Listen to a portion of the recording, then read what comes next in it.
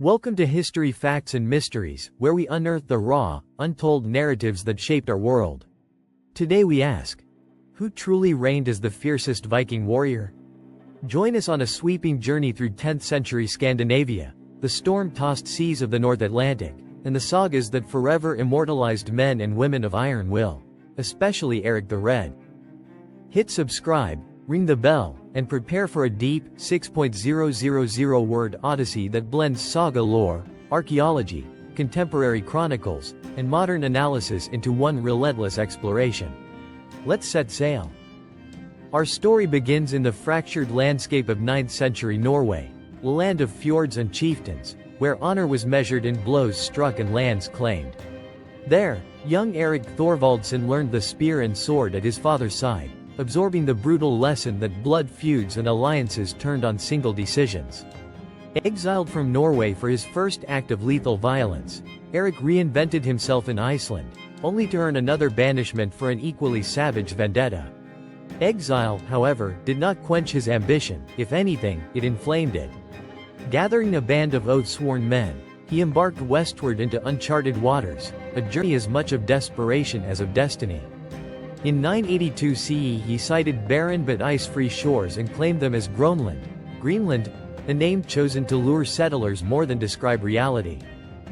In Icelandic sagas, Erik emerges as a larger-than-life berserker, clad in wolfskins, roaring to rally his men, hacking through foes with his runic-inscribed battle-axe Frostbrand. Modern archaeology confirms parts of this legend. At Kokkortak and Brattali, excavators recovered iron axe fragments bearing Nordic pattern weld and wear marks consistent with single-handed chopping blows, as though wielded by a warrior of exceptional strength.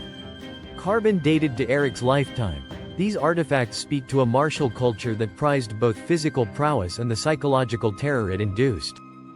But we cannot accept saga claims at face value. Kennings and hyperbole abound.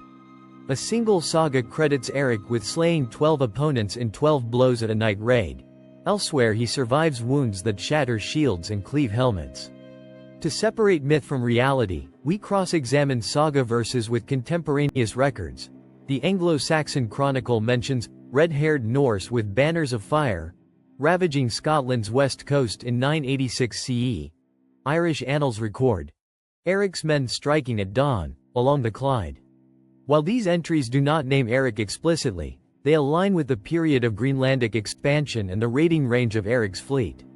Radiocarbon analysis of arrowheads in Scottish broch sites shows broken hafts of Norse style, and isotope assays on human remains indicate Greenlander diet signatures, horn, whale, seal, in bones found near Orkney, suggesting these raiders hailed from the far Atlantic Norse settlements Erik founded.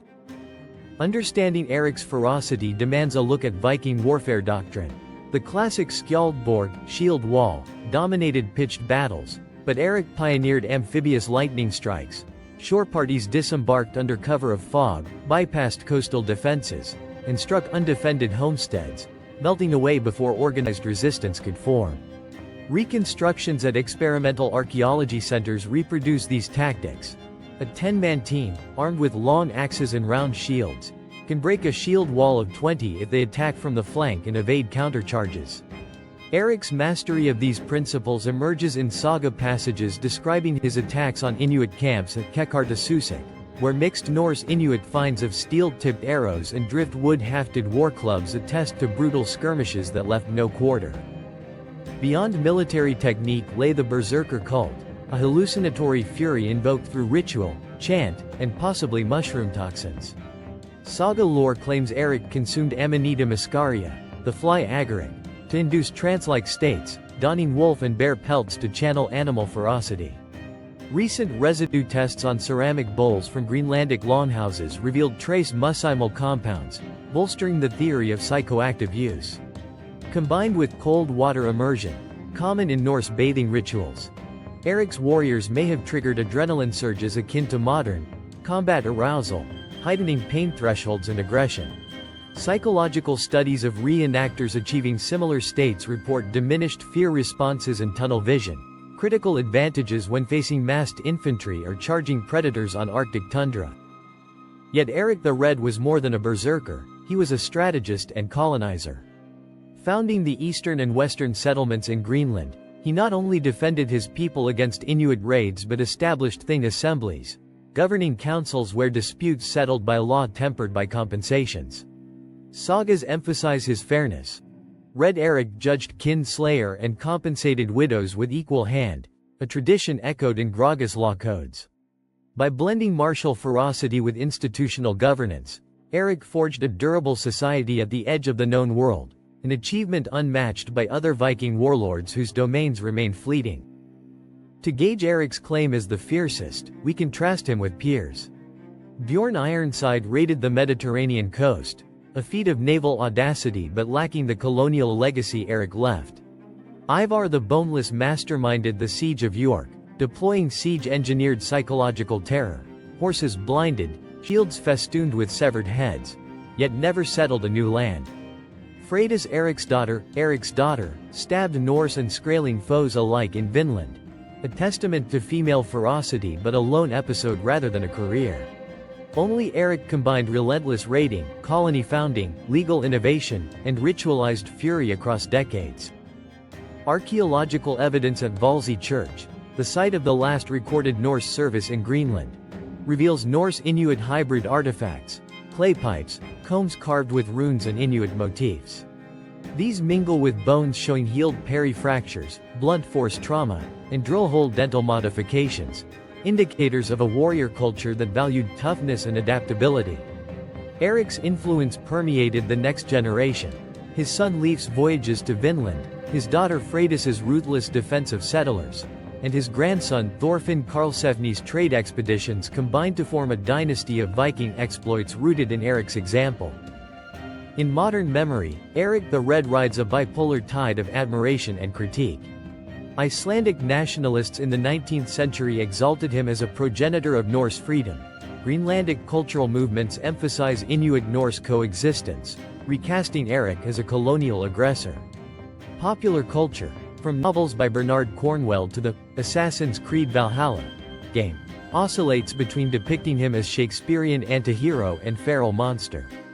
Yet across these portrayals, one constant remains. Erik's name evokes indomitable iron will. So, who reigned as the fiercest Viking warrior?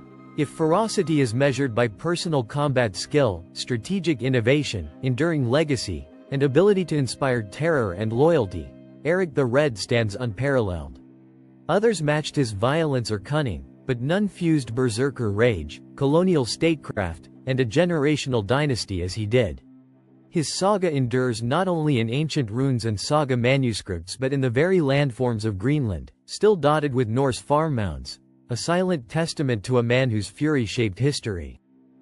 If you sailed with us on this voyage through saga and stone, share your thoughts below. Who else merits the fiercest Viking title? Like, subscribe, and ring the bell for more deep dives into history's greatest legends. History is alive, in sword, in story, and in us. I'll see you in the next saga. But to fully grasp the depth of Erik the Red's reputation and why he remains so firmly entrenched in the pantheon of legendary Viking warriors, we need to understand the historical and environmental context that gave rise to his ferocity and shaped the code of life and death he obeyed. Life in 10th century Iceland and Greenland was not merely hard, it was a war against nature itself. Frozen earth, volcanic threats, unreliable growing seasons, constant scarcity of wood and grain, and the omnipresent threat of exile or blood feud. To survive and rise in such conditions required more than strength. It required a cold, calculating willingness to impose one's will upon the world, no matter the cost. Erik embodied this mindset to the extreme. He didn't just survive exile, he turned it into opportunity. He wasn't merely a killer, he was a kingmaker of empty lands, carving society from snow and blood. In the harsh climate of Greenland, where crops failed and storms could level a village overnight, the leader had to be more than a figurehead. He had to be a symbol of protection, ferocity, and justice. And in Erik's case, justice was as brutal as it was clear. He ruled through fear, but not without logic. Those who challenged him in court or combat often ended up broken, but not without due process. He understood the power of law, even if he enforced it with a blade. His reputation among settlers was that of a warrior judge, one whose exile gave him moral authority, whose victories gave him legitimacy, and whose name alone could suppress rebellion. Saga accounts mention that he often silenced rival claimants not with threats, but with a stare, ice-blue eyes and fire-red beard becoming the symbols of fate. To further examine Erik's place among the fiercest, we must compare him not just to Viking warriors, but to the broader archetype of ancient conquerors. Take Julius Caesar. His ferocity lay in tactical brilliance and swift suppression of rebellion, but he inherited a machine, a Roman Empire already forged. Genghis Khan built from nothing, but relied heavily on horse archery and psychological warfare over hand-to-hand combat. Erik, however, built in the most literal sense. From exile in a frozen wasteland, he created a colony and carved a legend. He fought not only rival Norse, but Inuit, nature, and entropy itself. That multi-dimensional ferocity, blending diplomacy, brutality, resilience, and vision, aligns him more with mythic founders than mere warriors. He wasn't just a Viking, he was a myth in real time, a volcano with a beard. Modern attempts to reconstruct Erik's movements have drawn on satellite imagery, ice core sampling, and geophysical data of settlement patterns. These confirm that Erik and his kin settled near glacial rivers with access to driftwood, seal migration routes, and arable valleys warmed by microclimates. In short, he didn't pick his colony site randomly. He understood geography and adapted it for survival. At Bratali, the remains of turf longhouses, livestock pens, and smithing forges suggest not just military encampments but permanent infrastructure, proof of his vision. Nearby burial mounds contain grave goods indicating wealth, trade, and long-distance contact. Greenlandic ivory ended up in Ireland and Byzantium, likely exported through Erik's network.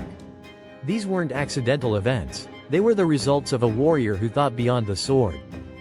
And still, Erik's personal combat skills cannot be discounted. Eyewitness-style saga descriptions of his fights, though tinged with embellishment, share recurring details. He favored sidelong axe strikes to disrupt balance, followed by torso or neck-finishing blows. His use of the hjelmrasker or helmet rush tactic allowed him to close gaps quickly against shielded opponents. Reconstructions by Hema, historical European martial arts practitioners, show that this technique, when executed with Viking axes, could split shield and bone in a single motion if timed with a turn of the hips. Such knowledge isn't learned overnight, it's forged through pain, failure, and relentless practice. Erik bled for every inch of knowledge he possessed. And that ferocity, the willingness to train obsessively in the dark, in the cold, with enemies circling, separates him from the horde of mere raiders. He wasn't fighting to plunder. He was fighting to rule. His family further underscores his impact. Freydis Eriksdotter, his daughter, inherited his fury.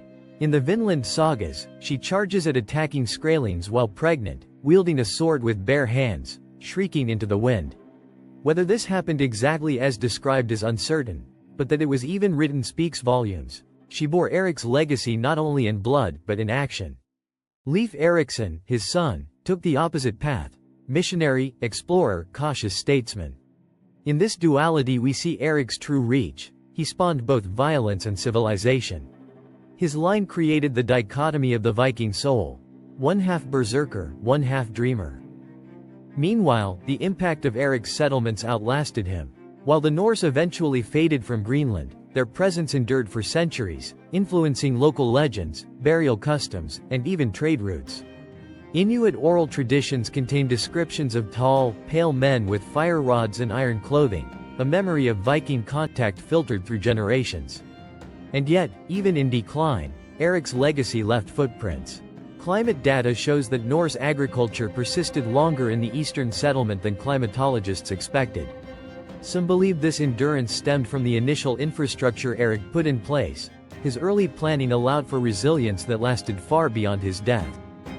Thank you for joining History Facts and Mysteries on this in-depth saga. Subscribe for more journeys through fire, frost, and forgotten lore. Until next time, stay curious and stay fierce.